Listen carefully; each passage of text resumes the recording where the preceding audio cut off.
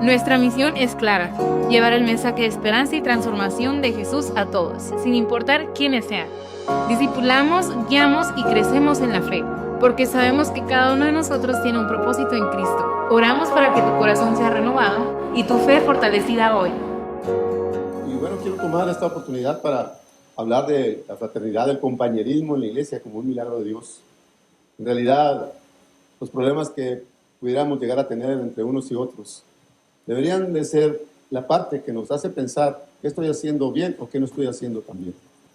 Porque de eso depende que la iglesia tome un rumbo importante en la vida moral y espiritual. Podemos creer, hermanos, que Dios existe dentro de nosotros y sentir su poder, o podemos decidir no creer, porque Dios nos ha dado libre albedrío para decidir. El Señor Jesús dijo: no todo el que me dice Señor, Señor entrará en el reino de los cielos, sino los que hacen mi voluntad. El libre albedrío no dice que las elecciones que hacemos o lo que decidimos es realmente lo que agrada a Dios. Pero lo importante de todo esto es que cada uno elige iniciar un camino de aprendizaje, de práctica cristiana, o simplemente ignorarlo. Pero hay que tener en cuenta lo que el Señor Jesús habló en su palabra. Ahí en el capítulo 5 de Mateo, los versos 14 al 16, hace un llamado pero muy interesante para que nosotros podamos fraternizar con el mundo exterior a través de lo que el Señor Jesús dice aquí: vosotros sois la luz del mundo. Voltea a ver a su hermano y dígale: tú.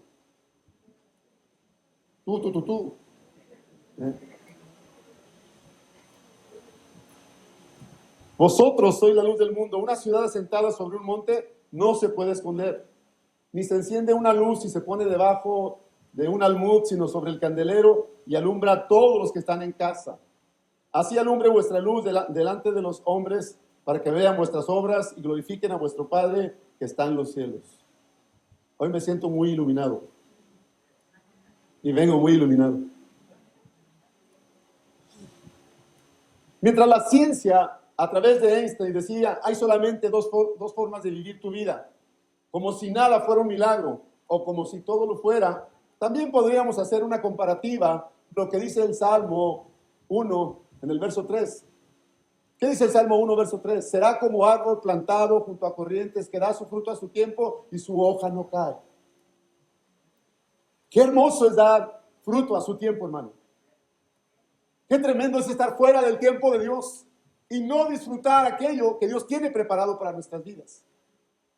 Pero qué hermoso es recibir esas corrientes de vida que el Espíritu Santo trae sobre nosotros para mostrarnos los tiempos que está Él tratando de edificar a la iglesia, aún en tiempos difíciles como los que estamos hoy viviendo, y mostrarnos que estar al lado del río de vida del Señor Jesucristo trae conocimiento, trae libertad y trae paz.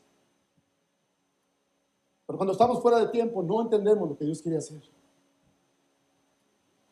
Si usted desea ser bendecido o bendecida en el camino de vida, tenemos que obedecer la palabra. Tenemos que acercarnos a la fuente de vida abundante, donde el Señor nos habla de ser luz y sal de la tierra, donde el Señor nos llama a madurar en nuestra fe, a crecer como árbol plantado junto a corrientes de agua. El apóstol Pablo hace una breve exégesis a los Corintios, ahí en el capítulo 5, versos del 11 al 17. Y la hace para mostrarle lo que representa el temor de Dios en la vida de un creyente, mostrándoles cómo Dios en su infinita sabiduría conoce lo profundo del corazón de los hombres y explica mucho acerca de cómo nosotros debemos entender este mensaje. Lea conmigo allí en 2 Corintios capítulo 5, versos del 11 al 17. Dice Pablo: conociendo pues el temor del Señor, persuadimos a los hombres, pero a Dios le es manifiesto lo que somos. ¿Sí sabes tú que Dios sabe lo que eres? El salmista dijo: ¿a dónde me iré de su presencia? ¿A dónde me iré de su espíritu? En otras palabras, nadie nos podemos esconder de Dios. Aunque le corras, aunque le huyas, aunque le digas no. Bueno, aquí hay puro sí, amén. Pero Dios conoce tu corazón y Dios sabe lo que hay dentro de ti. Aún dice que tus palabras no están ahí, ya Él conoce tu pensamiento, sabe lo que vas a expresar. Y espero, dice, que también lo sea vuestras conciencias. No nos recomendamos pues otra vez a vosotros, sino os damos ocasión de gloriaros por nosotros, para que tengáis con qué responder a los que se glorían en las apariencias y no en el corazón. ¿Qué está diciendo Pablo? Que la forma de solemnizar el Evangelio el estilo de vida con el cual llevamos el Evangelio, no es algo sensacionalista, no es algo con el que deberíamos nosotros usar para impactar a las personas, para decirles, wow, qué entendimiento, qué capacidad. No, hermano, Pablo está diciendo, ¿sabes qué? Nuestras palabras no están habladas con humana sabiduría, sino con demostraciones del poder de Dios. Es decir, lo que tú recibes en tu interior no es por alarde. Lo que tú recibes en tu interior debe ser porque el Espíritu Santo quiere cambiar tu corazón. Porque el Espíritu Santo quiere renovar tu mente. Porque el Espíritu Santo quiere transformarnos nuestra forma de vivir, de pensar, de actuar, de un estilo de vida que realmente toque, no impacte, toque la vida de quienes te rodean, de quienes observan tu estilo de vida. Eso es lo que Pablo dice y comienza hablando de temor, que es lo que hoy hace tanta falta en la vida de un creyente, el temor de Jehová. La falta de temor nos lleva a hacer cosas que no tienen sentido ni valor y expone nuestras vidas al fracaso. Pero dice el apóstol Pablo, no recomendamos pues otra vez, dice Pablo, pero luego avanza y dice lo siguiente: si no os damos ocasión de gloriaros por nosotros para que tengáis con qué responder a los que se glorian en las apariencias, dice, y no en el corazón. Porque si estamos locos, es para Dios. Y si somos cuerdos, es para vosotros, porque el amor de Cristo nos constriñe pensando esto, que si uno murió por todos, luego todos murieron, y por todos murió para que los que viven ya no vivan para sí, sino para aquel que murió y resucitó por ellos, de manera que nosotros de aquí en adelante a nadie conocemos según la carne, y aún si a Cristo conocimos según la carne, ya no lo conocemos así, de modo que si alguno está en Cristo, las cosas viejas, he aquí, ya se pueden ir, hermano. Entonces lo que Pablo está diciendo es que, y que nos debe demostrar, es que en la vida se deben establecer prioridades, tomar decisiones sabias y estar dispuestos a sacrificar incluso algunas cosas. Cuando hablamos de sacrificio, se agachan muchos. Como que el sacrificio es algo que no está incluido en el vocabulario, ¿verdad? De hoy. Queremos bendición. Pero en la vida, al establecer prioridades, nos vamos a dar cuenta que hay cosas que tenemos que sacrificar. Y que debemos estar dispuestos a gastarnos por amor de Cristo. A dar de nuestras vidas, de nuestro tiempo, de nuestro recurso. Como familias, establecer vínculos de nuestro hogar.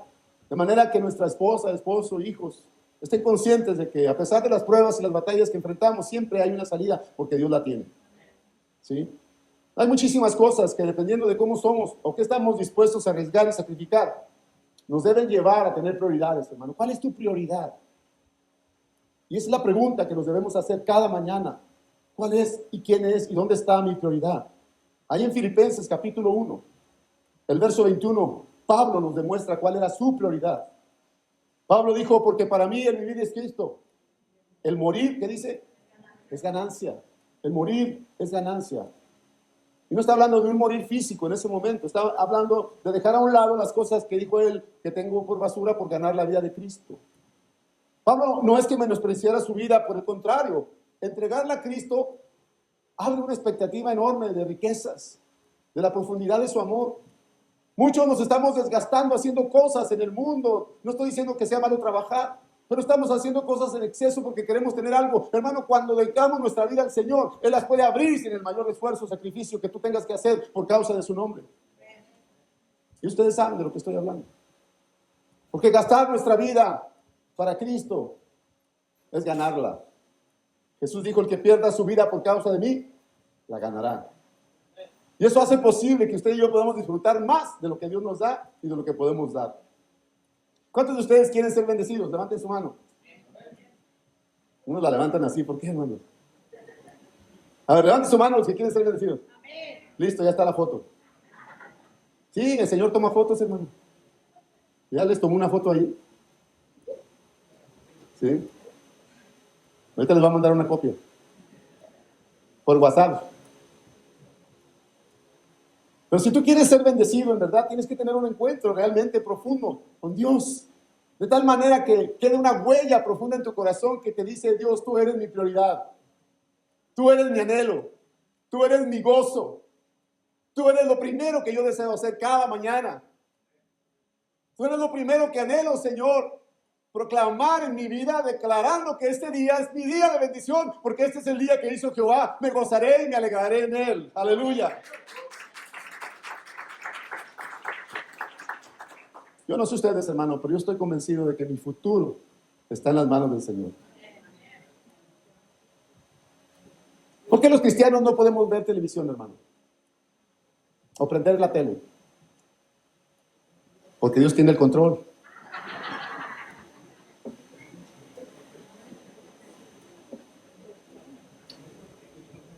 Y si Dios tiene el control, deberíamos decirle gracias, Señor. Amén. Pero aunque soy imperfecto y cometo tantos errores, hermano, Dios no ha quitado ni va a quitar su mano hasta que no vea la obra poderosa manifestándose en su vida. ¿Y sabes por qué no va a quitar su mano de tu vida? Porque Él tiene una palabra que expresó en Jeremías 29:11, que Él tiene un futuro mejor para ti. Sea en esta vida o sea en la otra. Porque para Dios no hay imposibles. Trasciende el saber que somos eternos. ¿Cuántos dan gracias a Dios por ello? Amén. Y nos enseña el Señor a disfrutar la vida aquí y pensar en el futuro, en la eternidad, como algo que debe traer un gozo a nuestro corazón y una esperanza. Dios tiene un mejor futuro y una esperanza para cada uno de nosotros. Porque cuando te das cuenta que todo depende de Él, que Él tiene el control de tu vida, entonces tus pensamientos comienzan a cambiar. Porque Él dice, mis pensamientos son mejores que los tuyos y mis caminos son más altos que los tuyos. Entonces tú quieres adquirir sus pensamientos que están en su palabra. Y tú quieres caminar de acuerdo a como Él caminó en la libertad que Cristo nos ofrece. Es ahí donde nosotros debemos andar. Hermano, la fraternidad cristiana, el compañerismo cristiano es una batalla el día de hoy. Porque si todo fuera tan fácil, tendríamos una mega iglesia esta mañana. Pero no se trata de cantidad, se trata de calidad y no es excusa. Esa es la verdad, porque si no alcanzamos a entender lo que es fraternidad, lo que es compañerismo, lo que es estar unidos, lo que es el amor entre nosotros, no vamos a poder hacer nada, no vamos a trascender en nada.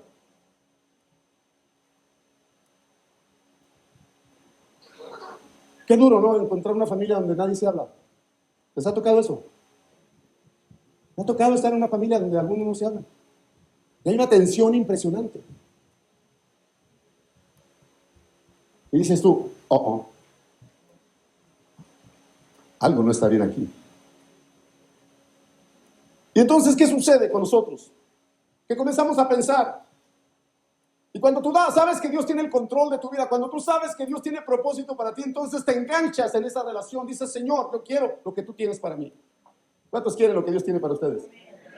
Y cuando tú le dices, Señor, yo quiero lo que tú tienes para mí, entonces comienzas a establecer una relación profunda con Dios, una relación que tiene valor, que tiene propósito, que te encamina hacia una vida diferente. Esto te va a hacer saber a ti que a pesar de las dificultades que puedas enfrentar, estas mismas se van a convertir en un trampolín de acceso a toda la bendición que Dios tiene, pues quien madura a través de las pruebas sabrá cómo enfrentarlas. Y no solo sabrá cómo enfrentarlas, sino cómo guiar a otros y enseñarles que en medio de las batallas Dios tiene un propósito. Y lo que es más poderoso todavía es que con la ayuda del Espíritu Santo vas a poder lograr el cambio que a su vez te llevará a tocar el corazón de otros, de quienes te observan, de quienes ven. Caray, esta chava era así, esa familia era así, y mira, hoy son diferentes. Porque, hermano, no puedes subestimar el poder de lo que otros observan en ti. La Biblia dice que hay una nube de testigos en el aspecto espiritual, pero también en el aspecto natural. Hay una nube de testigos en tu familia, tus compañeros, las personas que te observan, las personas que ven cómo eres, de qué manera te desarrollas, no dentro de la iglesia, sino fuera. No dentro de tu casa, sino fuera. Y entonces ahí es donde nosotros mostramos la excelencia de la comunión que tenemos con Dios. Pablo tenía un discípulo muy amado que era Timoteo. Pablo le decía a Timoteo en sus días de juventud, entre los 17 y 18 años, Pablo le decía, no tengas en poco, le decía, no tengas en poco tu juventud, sino sé ejemplo en todo, toda paciencia.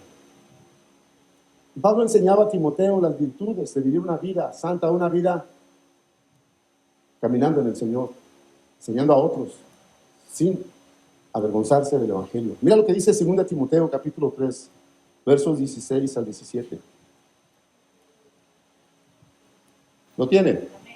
Dice, toda la escritura es inspirada por Dios. ¿Por quién es inspirada? Y útil, dice, para enseñar, para redarguir, para corregir, para instruir en justicia, a fin de que el hombre de Dios sea perfecto, enteramente preparado para toda buena obra. ¿Cómo es preparado el hombre? ¿Por medio de quién? De la Escritura, que es inspirada ¿por quién? No, porque hay gente que dice, ya me voy de la iglesia porque no recibo. ¿Cómo que no recibe? Si Dios es el que le inspira, si Dios es el que le enseña. Entonces lo que significa es que usted está esperando que alguien haga algo que le haga diferente, porque usted no está dispuesto a buscar lo que Dios tiene para su vida. Y si usted no está dispuesto a buscar lo que Dios tiene para su vida, no va a trascender. Usted va a estar buscando de alguna manera circunstancias que le permitan tomar esa tan temida decisión que se llama excusa. ¿Qué hace la excusa? Siempre busca un culpable, ¿no es cierto? Si no es el pastor, es la esposa del pastor. Y si no es la esposa del pastor, es el hijo del pastor. Y si no es el hijo del pastor, es el nieto del pastor. Y si no es el nieto del pastor, es el tataranieto del pastor. Para entonces el pastor ya murió. Pero si no, es la familia del pastor, es Saúl, el líder del discipulado. O Raúl. O cualquier otro líder que no le saludó, que no se portó tan bien con usted. Y le vamos bajando la frecuencia de servir a Dios. Cuando al contrario, deberíamos aumentar nuestra frecuencia de servir a Dios. Porque la Biblia dice que de mayor honra es pasar por alto la ofensa. Y de esa forma nosotros caminar en esa santidad, en esa libertad. Pensemos en el hombre bienaventurado del Salmo 1. ¿Se acuerda que dice el verso 1? Bienaventurado el varón, póngale también la mujer, que no anduvo en consejo de malos. Mire, este es un asunto de hoy. El consejo de malos no solamente lo encuentra afuera, también lo encuentra dentro de la iglesia. Y el consejo de malos tiene que ver con aquellas cosas que debilitan tu fe y que apartan del compañerismo, del amor de Cristo para entrar en disputas innecesarias. Porque hermano, cuando usted se relaciona con personas que son tóxicas en la vida espiritual y que siempre están mirando los defectos de los demás, usted está cayendo en una trampa impresionante del diablo para alejarlo y apartarlo de todas las bendiciones que Dios tiene para su vida. Por eso la fraternidad no es fácil, el compañerismo no es fácil, porque implica no solo sacrificio, implica negarse a uno mismo. Porque cuando alguien quiere hablar mal de otra persona, cuando alguien quiere expresarse mal de alguna situación, hermano, usted y yo tenemos que poner una pared intermedia de inmediato. ¿Sabes qué? Si no está la persona de la que tú me quieres hablar, no me hables, por favor. ¿Y sabe qué? Nunca más se le van a acercar. ¿Por qué lo digo esto, hermano? Porque si usted quiere tener una fraternidad, un compañerismo de valor, que tiene acceso a la confianza, hoy en día muchos ya no tienen confianza en contar algunas cosas para que oremos, porque fueron descubiertos, porque de alguna manera fueron maltratados al saberse lo que estaba pasando. Dios no quiere eso. Dios quiere que nosotros actuemos en virtud de la santidad que Dios ha puesto en nuestros corazones y como miembros de la iglesia seamos responsables de amar, de cuidar, de proteger a aquellos que están a nuestro lado. Por eso, bienaventurado el varón que no anduvo en consejo de malos, o la mujer que no anduvo en consejo de malos, se convierte en un bienaventurado. Lo contrario es una persona desventurada, que no tendremos la capacidad de recibir las bendiciones de Dios. ¿Por qué? Porque mucha gente está dispuesta más a hacer lo que el mundo le ofrece, lo que el mundo hace que sienta satisfacción, aunque no encuentre ningún progreso y el progreso que encuentra es temporal. No importa, o sea, le trae de alguna manera saciar su instinto, saciar su necesidad temporal, momentánea, pero eso no le lleva a ningún lado. El que sacia de bien nuestra boca, dice el Salmo 103, es el Señor y lo hace para toda la eternidad.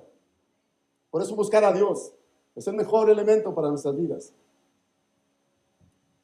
Dice aquí el Salmo 1 y nos recuerda que no solamente es bienaventurado, sino nos dice cómo ser bienaventurados. Dice el verso que en la ley de Jehová está su delicia y en su ley medita de día y de noche.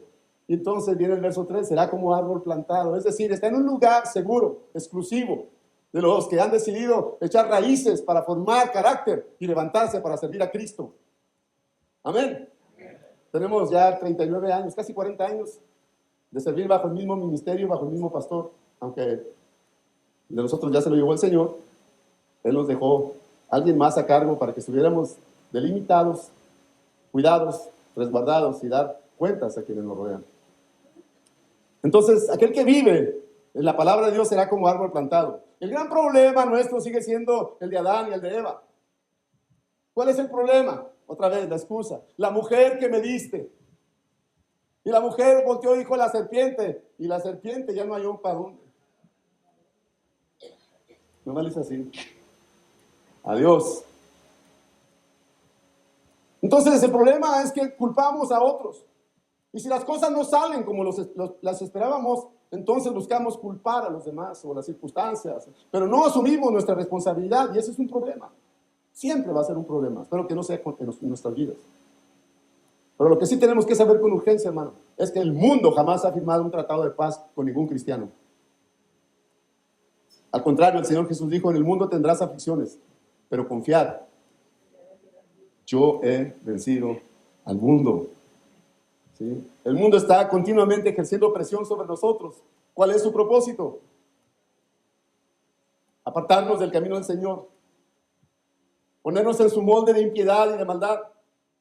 Y se pone furioso el enemigo cuando alguien cambia de lugar y dice, ya no más opresión, no más esclavitud, no más búsqueda del placer que me está destruyendo. Hoy quiero cambiar, hoy quiero levantar mi corazón, hoy quiero entregarle mi vida a Cristo, hoy quiero cambiar mi ser, hoy quiero demostrar a mí mismo el valor que tengo cuando estoy en las manos del Señor. Y eso es lo que nos ha sucedido a muchos de los que hoy estamos aquí. Por eso en Juan, 1 de Juan capítulo 2, verso 15 al 17, el Señor recalca de una manera profunda, no améis al mundo ni las cosas que están en el mundo. Si alguno ama al mundo, el amor del Padre no está en él, porque todo lo que hay en el mundo, los deseos de la carne, los deseos de los ojos y la vanagloria de la vida no proviene del Padre, sino del mundo. Y el mundo pasa y sus deseos, pero el que hace la voluntad de Dios permanece para siempre. Me tocó dar una clase hace tiempo con los jóvenes. Y ya no fui de su agrado, ¿eh? Ya no lo vuelvan a invitar a ese. Porque no congenia con la chaviza. No es buena onda. Y es que yo les decía que la confraternidad entre los jóvenes es algo tan maravilloso que debe trascender en ubicarse en alcanzar a otros. Esto es evangelismo, no es evangeligar. Una cosa es evangeligar y otra cosa es evangelizar. Y yo les decía algo muy importante, hermano. En la Biblia solamente 2 veces se menciona la palabra novio. Y el que novio se fregó. Y yo les decía a los jóvenes, no existe el noviazgo. En el reino de Dios no existe el noviazgo. En el reino de Dios se exige la amistad, conocerse, conocer a tu familia, porque luego dicen, no, yo a tu casa no voy. Tus papás me caen mal. Bueno, cuando te casas con la esposa, te casas con la familia, aunque no quieras. Entonces, si en el proyecto de conocerse, de saludarse, de relacionarse, ninguno se conoce, ninguno se da cuenta de lo que está haciendo, simplemente porque hay una atracción natural, entonces no vas a alcanzar nada. Lo único que vas a hacer es frustrar tu vida y perder la dimensión de lo que Dios realmente quería hacer con tu vida. Entonces yo les digo, no existe el noviazgo. Lo que existe es el conocerse, lo que existe es el acercarse y tener una buena amistad, una sana amistad, una buena amistad. ¿Sabes lo que significa la pureza, la bondad? Es que tiene que ver con nuestro estilo de vida y eso tiene que ver con cómo Dios está obrando en nuestros corazones. Quiero terminar con esto, hermano, de una manera importante, porque yo me hice la pregunta, ¿por qué debemos considerar que es un milagro de Dios el estar en una comunidad cristiana fraternizando y teniendo compañerismo? Número 1, el milagro de conocernos y relacionarnos en comunidad tiene que ver solamente con Dios, porque humanamente usted y yo no deberíamos estar aquí. Mis hermanos son de Venezuela, otros son de Monterrey, de Coahuila, ¿verdad?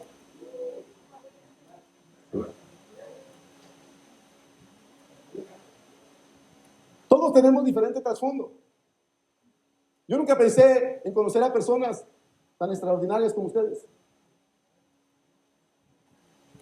Y sin embargo aquí estamos, gozándonos en la presencia del Señor. ¿Por qué? Porque el milagro de la comunidad es el milagro que Dios creó cuando Él decidió que estuviéramos unidos para celebrar su grandeza y buscarle con todo nuestro corazón. Dele gloria a Dios. ¿Qué es lo que Dios quiere? Que disfrutemos de una buena relación. Efesios 2 dice en el verso 14, porque Él es nuestra paz, que de ambos pueblos hizo uno, derribando la pared intermedia de separación. Él derribó todo conflicto y Él está derribando todo aquello que el diablo quiera levantar para separarnos. Dios quiere que usted y yo caminemos en esa dimensión de amistad, de libertad, de gozo. Lo que decía ahorita mi hermano Roberto, trasciende, hermano. No venimos por el pan, aunque lo disfrutamos, pero venimos por el pan de vida. Por eso es que la unidad entre las personas tan distintas es un milagro del Espíritu Santo y no un logro humano. No es por lo que yo predico o alguien más, sino porque usted pone su interés, porque usted pone como prioridad el ser diferente, el caminar hacia esa dimensión de libertad, de amar a su prójimo. La segunda razón es porque demuestra que el Evangelio es algo real.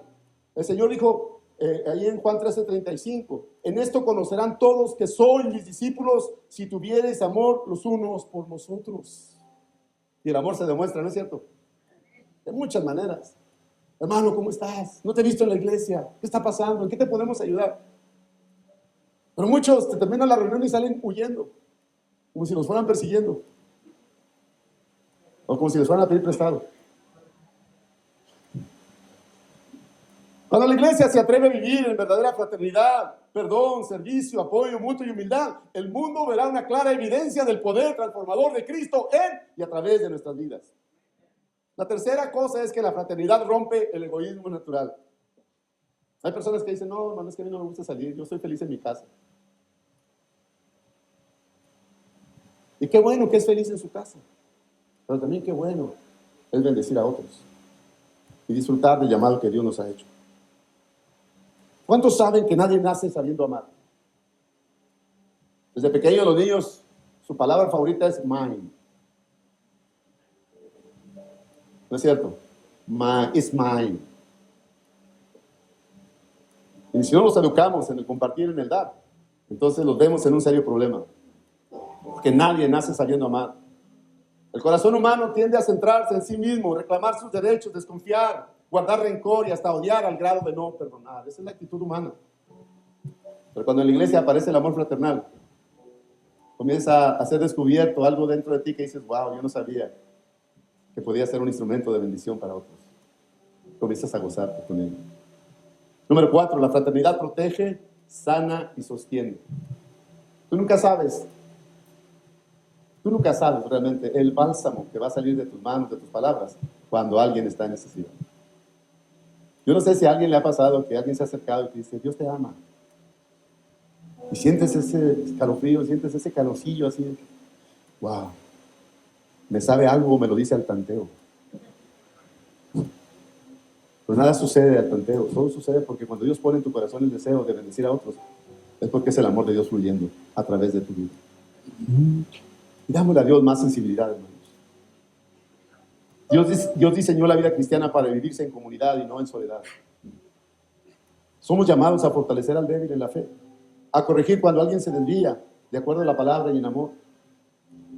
Creo que Gálatas 6:1 dice, si alguno fuere sorprendido en una falta, ustedes que son espirituales, restaurarle con espíritu de mansedumbre, cuidando por vosotros, no sea que también seáis tentados. ¿Dónde está? Considerándote a ti mismo, dice, no sea que también seas tentado.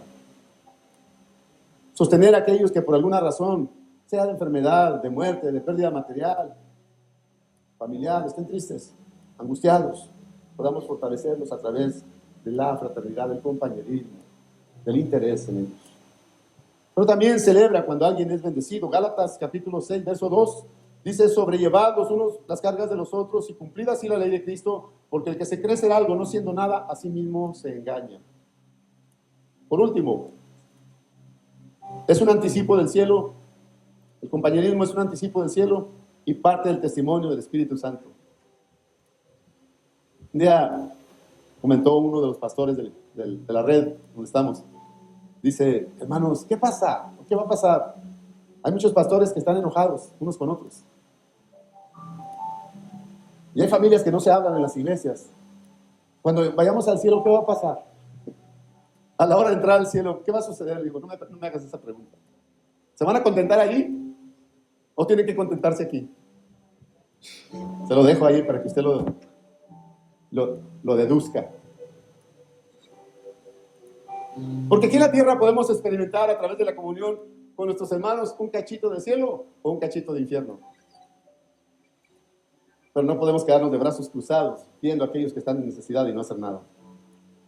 Salmo 133, el ícono de vida espiritual que debería estar en las paredes de nuestras casas, en el refrigerador. Mirad cuán bueno y cuán delicioso es habitar los hermanos juntos, en armonía, juntos, no revueltos. Es como el buen óleo sobre la cabeza, el cual desciende sobre la barba de Aarón y baja hasta el borde de sus vestiduras, como el rocío de Hermón que desciende sobre los montes de Sión, porque ahí envía Jehová bendición y vida eterna. ¿Dónde envía el Señor bendición y vida eterna? Cuando estamos juntos, cuando estamos reunidos, cuando nos buscamos, cuando nos amamos, cuando nos servimos, cuando tratamos de comprender la necesidad de otro, cuando dejamos de juzgarnos, cuando dejamos de odiarnos, cuando dejamos de separarnos, cuando hemos decidido que a pesar de, yo decido servir y amar a mi hermano. Denle ese aplauso al Señor. Porque esta delicia, hermanos, esta delicia no viene solo de nuestra voluntad, sino del aceite y del rocío de Dios. El Espíritu Santo no solo salva, sino crea comunidad, fraternidad, evidencia de que el Espíritu Santo está obrando poderosamente. Oramos, hermanos. Oremos que podamos gastar nuestras vidas, nuestras energías con alegría, con humildad, con entrega y compromiso a nuestro Dios. Padre, gracias. Te alabamos y te exaltamos. Reconocemos que hemos fallado muchas veces. No hemos madurado lo suficiente para amar como tú nos amaste a nosotros. Su fidelidad lleva mi vida más allá Lo que puedo imaginar. de lo que puedo imaginar.